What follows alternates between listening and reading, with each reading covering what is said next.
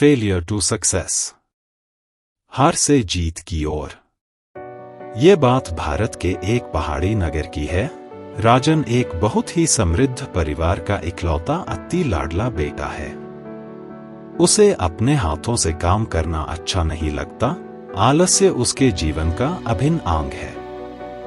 वो हर काम में अपनी मनमर्जी चलाता है, इसलिए बदतमीज होने के साथ साथ वो बड़े बुजुर्गों से भी बुरी तरह पेश आता है।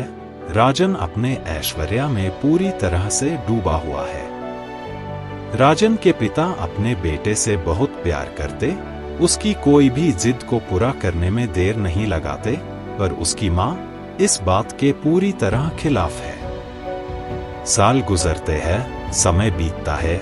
राजन एक खूबसूरत जवान बन जाता है। उसे अपनी खूबसूरती पर घमंड तो है ही, पर अपनी अमीरी पर अहंकार भी है। राजन पढ़ तो लेता है, पर सीखता कुछ नहीं। वो अब तक आलस्य का शिकार है। एक दिन उसके पिता को व्यापार में बहुत बड़ा घाटा होने से उनके मृत्यु हो जाती है। नतीजा उनका सारा कारोबार बंद हो जाता है। धीरे धीरे घर का बचाया हुआ पैसा भी खत्म होने लगता है। यह सब देखकर राजन की माँ बहुत बीमार रहने लगती है। वह राजन से कुछ कमाई करने का आग्रह करती है, लेकिन उधर राजन को अभी तक होश नहीं आता। इतना सब होने के बाद भी वो आलस्य का शिकार है। यह देख उसकी माँ रो पड़ती है और इसी तरह बिन इलाज ही मर जाती है। यह देख राजन को बहुत बड़ा सदमा लगता है। उसको अपनी गलती का एहसास होने लगता है। अचानक से राजन अब बड़ा हो जाता है, लेकिन अपना सब कुछ खोने के बाद भूख राजन को दुनिया में काम करने को मजबूर कर देती है। वो उन रिश्तेदारों के पास मदद के लिए जाता है, तो वो साफ मना कर देते हैं। अपने दोस्त जिन पर वो पैसा लुटाता था, अब पहचानने से इनकार कर देते हैं। राजन जिंदगी की असलियत देख हैरान और दुखी होता है। निराशा उसे जीवन समाप्त करने को मजबूर कर देती है। राजन आत्महत्या के लिए अग्रसर होते हुए एक पहाड़ से कूदने लगता है, तो पीछे से एक आवाज उसको बुलाती है, रुक जाओ, यह क्या कर रहे हो बेटा? ये सुनकर राजन के कदम रुक जाते हैं। मुड़कर देखता है तो पीपल के पेड़ के नीचे बैठा साधु उसको अपनी तरफ बुला रहा है। राजन उसकी आवाज से प्रभावित होते हुए उसकी तरफ बढ़ता है। साधु कहता है, बेटा तुम क्यों आत्महत्या करने जा रहे हो? बाबा, मैंने अपने जीवन में अपने दुर्व्यवहार, अहंकार, आलस्य के कारण सब कुछ खो दिया है। अब मेरे जीने का कोई भी फायदा नहीं। इस तरह राजन रोते हुए साधु को अपनी पूरी कहानी सुनाता है। साधु बड़े प्रेम से राजन को अपने पास बिठाता और कहता है, राजन जीवन बहुत अनमोल है। इंसान का जन्म कई जुनियों के बाद मिलता है। इसे यूं ही नहीं गवाते। जीवन चाहे मनुष्य का हो या पशु का, कठिनाइयां तो दोनों में हैं। इनसे डर के नहीं, बल्कि इनसे जूझ के आगे बढ़ना चाहिए।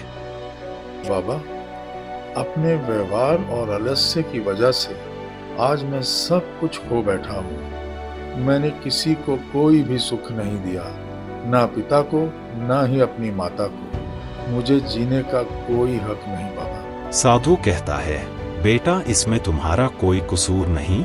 यह तुम्हारी परवरिश बहुत प्यार और सुरक्षा से हुई है। तुम अपने माँ बाप की अकेली संतान हो।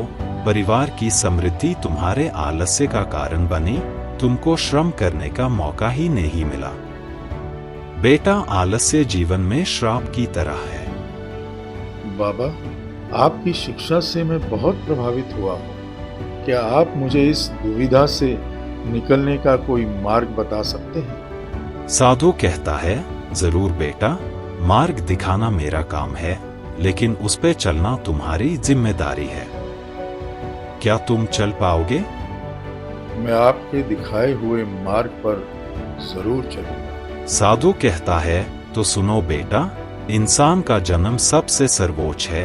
मनुष्य चाहे तो सब कुछ कर सकता है। असंभव में ही संभव छुपा है। पुरुषार्थ ही परमार्थ है। संकल्प लेकर ही लक्ष्य को भेदा जाता है। कर्म करना तुम्हारी नैतिक जिम्मेदारी है। विपत्ति को अवसर में बदलने की क्षमता रखता है। जीवन का मतलब सिर्फ जीना नहीं, बल्कि सीखना भी है। सबसे बड़ी शक्ति कुदरत ने इंसान को दी है, वो है सोच।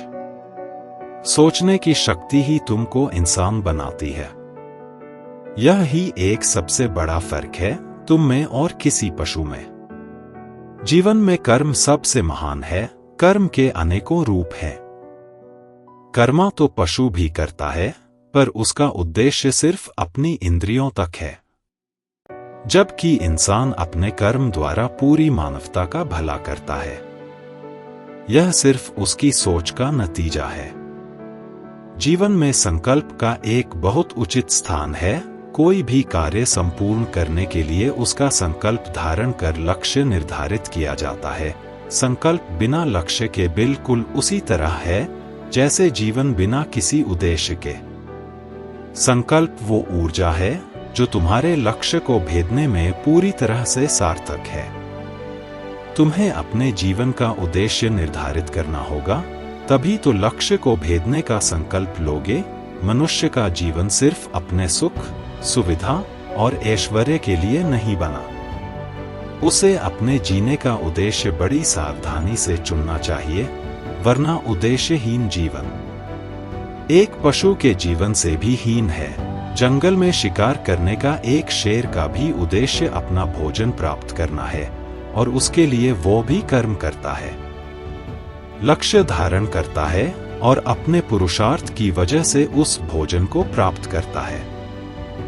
बिना उद्देश्य के वो भी किसी पशु की हत्या नहीं करता। विपत्ति तो जीवन का एक अभिन्न अंग है। विपत्ति ही अवसर की जननी है। सिर्फ दृष्टि कर फर्क है। को विपत्ति में अवसर ढूंढ लेता है तो कोई मुसीबत। विपत्ति मनुष्य के उत्थान के है, पर कुछ लोग इससे अपना पतन कर लेते हैं। अंततः ये तुम्हारा फैसला है कि तुम पतन की ओर जाते हो या उसमें अवसर ढूंढते हो। इसलिए जीवन का उद्देश्य स्पष्ट करो। बाबा, आपको शत शत प्रणाम। आपका उपदेश मेरे जीवन के लिए आदेश होगा। मैं अब सिर्फ उत्थान की तरफ अग्रसर रहूंगा। आपको शत शत प्रणाम बाबा।